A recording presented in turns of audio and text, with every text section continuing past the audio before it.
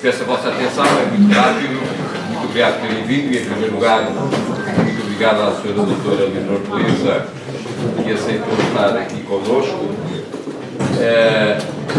Como penso que sabem, a última revista do Instituto foi dedicada aos 50 anos do 25 de Abril e nós tivemos a honra de poder conversar, eu próprio, ter uma extraordinária conversa com a doutora Leonor Beleza da Fundação Champalimau, em que conversámos sobre a Revolução, sobre aquilo que se tinha passado ou não passado e sobre o ideal da sociedade justa.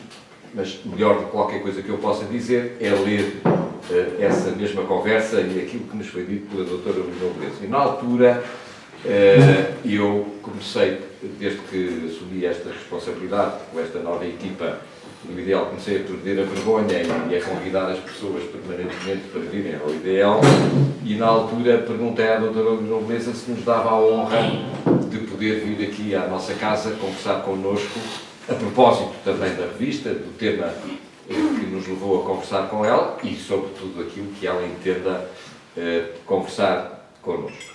Bom, nós temos, como referi, imenso gosto em ter a doutora Leonor Beleza aqui. Não são necessárias apresentações, para além de uma ilustre política que foi do passado e Ministra da Saúde, é hoje Presidente de uma das instituições mais prestigiadas e, sob o meu ponto de vista, mais úteis a Portugal e não só, Presidente da Fundação Champalimau, e tem um trabalho que fala por si. E, portanto, acredito, conforme disse há pouco, que é para nós um sentimento de imensa alegria, gratidão e honra podê-la ter connosco, podê-la ouvir e esperar que daqui a algum tempo, se quiser, se tiver paciência, não sei se gostou do almoço, mas se tiver paciência em estar novamente connosco, senão nós vamos ter consigo onde estiver. Bem-aja, doutora, e a palavra é sua.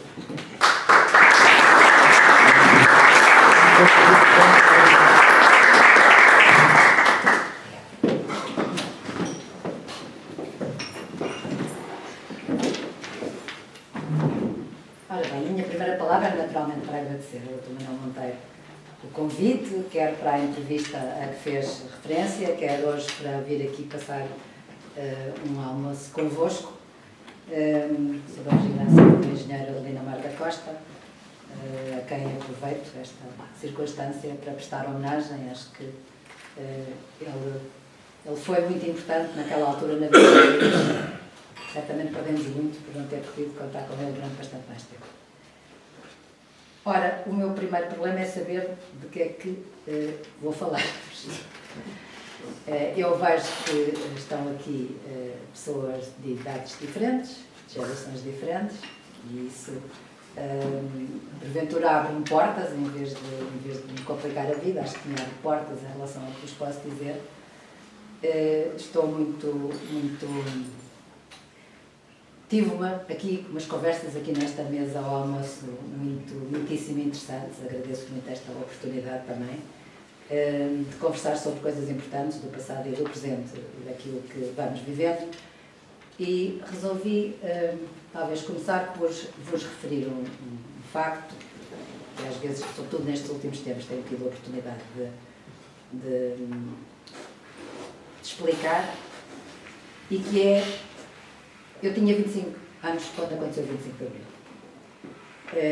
E costumo pensar que isso foi, a vários títulos, um privilégio.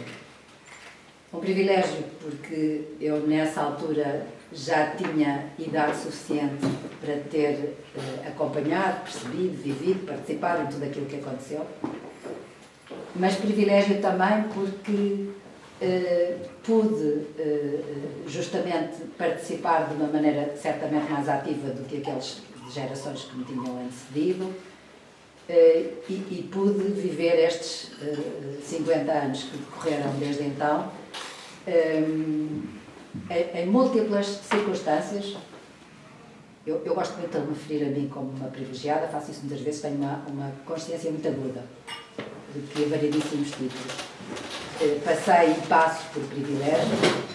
Hoje, como o Dr. Manuel Monteiro disse, hoje sou identificada com a Fundação Chapalimau. A Fundação Chapalimau faz parte da terceira parte da minha vida, de certa maneira, se dividirmos a vida em compartimentos por idades.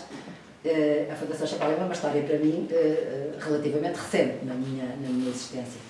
Embora neste momento já dure há mais de 20 anos, mas é uma experiência, enfim, desta parte da minha vida. E é certamente um enorme privilégio ter-me acontecido isto. É um enorme privilégio. Eu, aliás, costumo dizer que eu sou presidente da Fundação Chapalimau em grande parte por causa de, numa certa fase da minha vida, ter tido o pior dos meus empregos e, portanto, imaginarão aqueles que sabem que eu, há várias décadas, fui Ministra da Saúde. Eu julgo que o Sr. António Chapalimau reparou em mim, e reparou em mim como possível envolvida na criação da fundação que ele queria, dedicada a cuidados de saúde, porque passei pelo Ministério da Saúde há muitos anos. Por isso é que eu digo que do meu pior emprego resultou, se calhar, o maior privilégio, enfim, da minha vida, que é de facto a Fundação Chapalimau.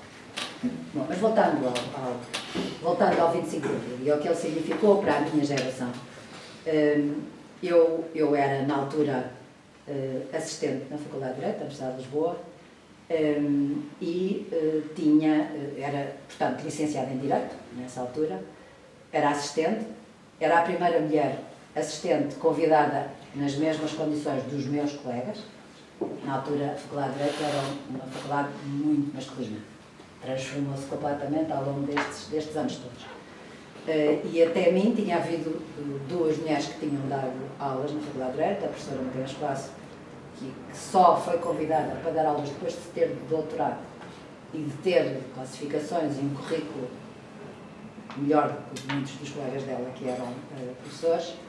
E tinha havido, entretanto, também uma senhora assistente que tinha sido convidada para assistente depois de uma vida profissional já há bastantes anos. A primeira que, no fim da licenciatura, foi convidada para assistente, nas mesmas condições que os colegas, fui eu. E tinha aprendido, na altura, um direito que me impedia de ser magistrada, de ser diplomata. A lei dessa altura, a lei desse tempo, proibia às mulheres o acesso à magistratura e à diplomacia. Olhamos hoje para a realidade portuguesa nestas áreas e percebemos a dimensão das alterações. É por causa dessas proibições, por exemplo, que foi só relativamente recente o acesso das mulheres ao Supremo Tribunal de Justiça, nomeadamente.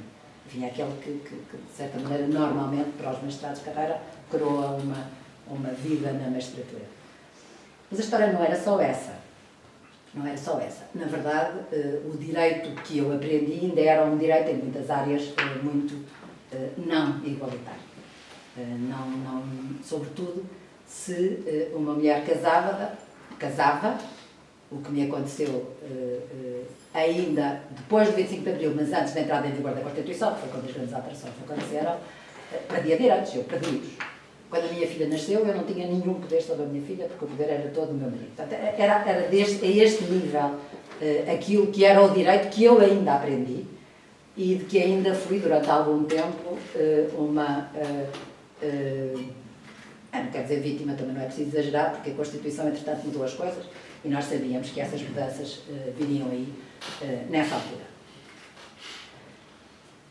A idade era um fator muito importante, como hoje compreendemos muito bem, e é um pouco em torno disso que eu também gostava de conversar convosco, porque, por causa, digamos, de o 25 de Abril ter sido uma quebra em relação ao que estava para trás, houve o acesso imediato e relativamente rápido de muita gente nova ao exercício da política, desde logo, que era novo, digamos, para as realidades portuguesas, enfim, só existia política clandestina nessa altura, ou então política do regime, portanto, a política livre começou a acontecer nessa altura e aqueles que tínhamos a minha idade entramos nesse mundo, percebendo que nos estavam abertas portas para sermos, ou para nos tornarmos, um país com regras semelhantes a muitos países europeus que nós conhecíamos, que visitávamos, onde podíamos ler os livros que queríamos e ver os filmes que queríamos e percebíamos que as pessoas viviam de uma maneira completamente diferente e isso era extremamente atraente, naturalmente, para todos nós. Enfim, também julgo, para aqueles que estão aqui e que viveram esse período, julgo que é difícil nós explicarmos, eu não consigo que os meus filhos e os meus netos compreendam exatamente o que é que se passou em Portugal entre abril de 74 e, digamos, que temos as primeiras eleições, temos uma vida parecida ou com regras parecidas com as de muitos outros países. Tenho dificuldade em explicar isso. E se passei por muitos sustos nessa altura, porque receei, como muitos receámos, que o nosso país fosse tomado por forças extremistas de uma cor diferente daqueles que para trás tinham o poder, e isso foi muito difícil, nomeadamente durante o ano de 75. A verdade também é que, e em grande parte porque as coisas acabaram bem, desse ponto de vista, é uma memória extraordinária que eu guardo daquilo que aconteceu. E aconteceu também com alguma influência na minha vida pessoal, na altura. A minha filha, que eu vos disse que nasceu antes da Constituição, portanto antes de eu ter direitos, nasceu em dezembro de 75, isto é, uns dias depois do 25 de novembro.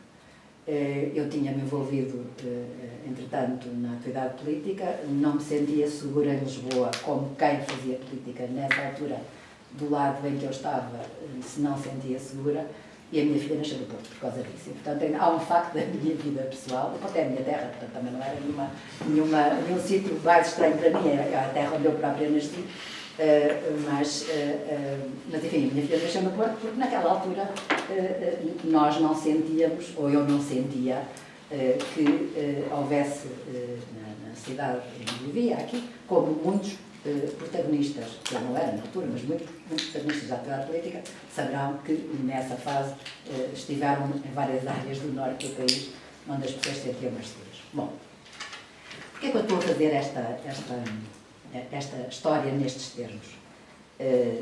Por causa enfim, das circunstâncias políticas muito novas e muito diferentes daquilo que tinham sido para trás, eu também tive acesso a participar politicamente em termos que hoje serão porventura mais difíceis para pessoas com a idade que eu tinha na altura.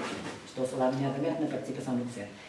Isso transformou a minha existência. Enfim, eu estava destinada provavelmente para uma carreira docente na Faculdade de Direito de Lisboa e a política interrompeu esse percurso e passei a dedicar-me a outras atividades. Porquê é que eu estou a referir as coisas nestes termos? Porque eu acho que hoje temos um problema dramático de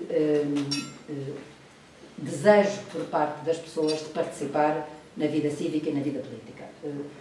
Quando eu digo a vida cívica e a vida política, estou a dizer no sentido amplo. Eu estou a dizer o ideal também. Não estou a dizer só os partidos, ou só a Assembleia da República, ou só o Governo, ou só isso. Eu estou a dizer participar em atividades, em instituições que se dediquem a pensar o que é o nosso país e a como é que podemos fazer muito melhor do que aquilo que fazemos. E julgo que há uma circunstância ou há circunstâncias que, como sabemos, enfim, sempre que falamos, aqueles que nos preocupamos com estes assuntos, notamos que é difícil dizer aos mais novos, eu não consigo dizer isto aos meus filhos, nem aos meus netos, não consigo. Agora tenho uma neta que mostra um outro interesse por este tipo de atividades, infelizmente neste momento não é em Portugal. Bom, mas vejo naqueles que são mais novos do que eu que não há o entusiasmo. É difícil reviver o entusiasmo de fases como aquela. Embora seja muito interessante ter visto o que aconteceu neste último 25 de Abril, portanto, neste dia em que fazia 50 anos, foi muito interessante ver até que ponto os portugueses, de variadíssimas cores políticas, de variadíssimas atividades na vida em Portugal, como houve vontade de coletivamente celebrar uma coisa qualquer. E certamente não celebraram todos exatamente as mesmas coisas, imagino eu, justamente porque as celebrações foram tão diferentes, consoante, ou tão sentidas de uma maneira diferente, consoante a cor política ou as ideias de cada um. Alguns continuam a dizer que não se cumpriu o 25 de Abril, enfim, aquela coisa, outros ou os mesmos falam de avanços e que os avanços não sei o quê. Eu não gosto muito da palavra avanço por causa dessa conotação e da forma como essa palavra é muitas vezes utilizada por esses, mas para mim e para aquilo que eu me lembro que éramos antes, a grande e enorme diferença é que eu posso dizer-vos, neste momento, o que eu quiser. Preciso ter algum cuidado se estiver a falar na Assembleia da República. Mas ainda dá para todo caso, porque não vou dizer as coisas que são censuradas. Posso dizer-vos aquilo que eu quiser, posso ler o que eu quiser, posso publicar o que eu quiser, posso ter a atividade que quiser, posso ter a atividade política, posso dizer bem ou dizer mal de quem eu quiser. E para quem viveu de uma maneira diferente, é fácil perceber como é tudo muito diferente. Também é verdade que cada um de nós sente, ou devia sentir, do meu ponto de vista, muito mais responsabilidade por aquilo que somos coletivamente. Do que conseguimos ou não conseguimos, porque cada um de nós tem uma voz em relação a essa possibilidade. E para trás, essa voz era muito limitada, não existia, como sabemos muito bem. Para mim, o maior problema que eu sinto hoje é como é que todos juntos, como é que nós todos hoje conseguimos que os mais novos, eu vejo ali uma mesa enfim, composta por gente muitíssimo mais nova do que eu, como é que nós hoje conseguimos que o interesse pelo que nós somos como país exista naqueles que são mais novos, a responsabilidade também pelo que somos. Como é que conseguimos que isso aconteça? Eu não vos venho dizer que eu tenho soluções, eu não tenho soluções. E percebo que é muito difícil suscitar interesse e entusiasmo ao nível daquilo que aconteceu naquela altura.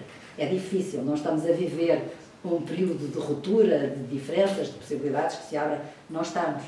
Somos um país, eu diria, normal, não é? Como nós, um país europeu, normal, inserido na União Europeia, com instituições parecidas com as que esses países têm, com ambições se calhar parecidas, mas com muita dificuldade em preencher algumas dessas ambições.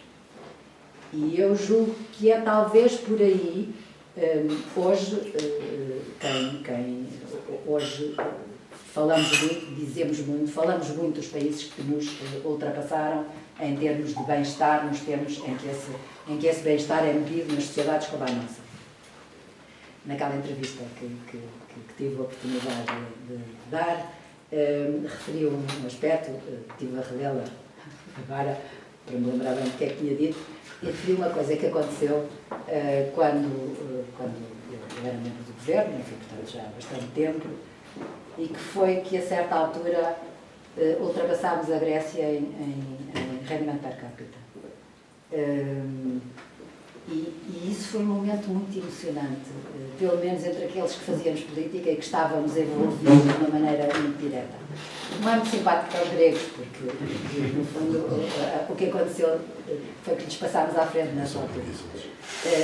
Mas eu lembro-me muito bem de como no interior do governo nós sentíamos que era possível fazer coisas e que podíamos ultrapassar marcos. Estes marcos depois estabelecem-se em termos de comparações e, portanto, há sempre alguém que pode ter perdido alguma coisa para que nós possamos ultrapassá-los, mas a alegria, que eu acho que não foi só do governo, não é? Acho que na altura sentimos em Portugal que se podia fazer coisas.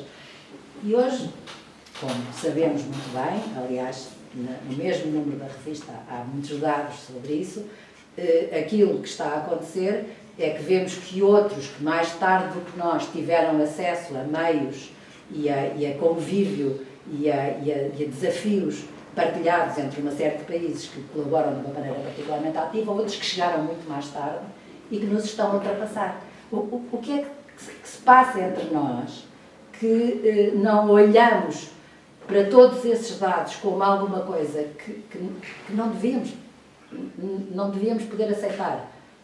Repito, o problema não é a competição, não é o problema ficar aborrecida porque a República Checa, como se diz agora, ou outros, ou os países bálticos, estão a fazer melhor do que nós. Não é ficarmos aborrecidos com isso, é percebermos que não podemos ficar para trás, que não devemos ficar para trás.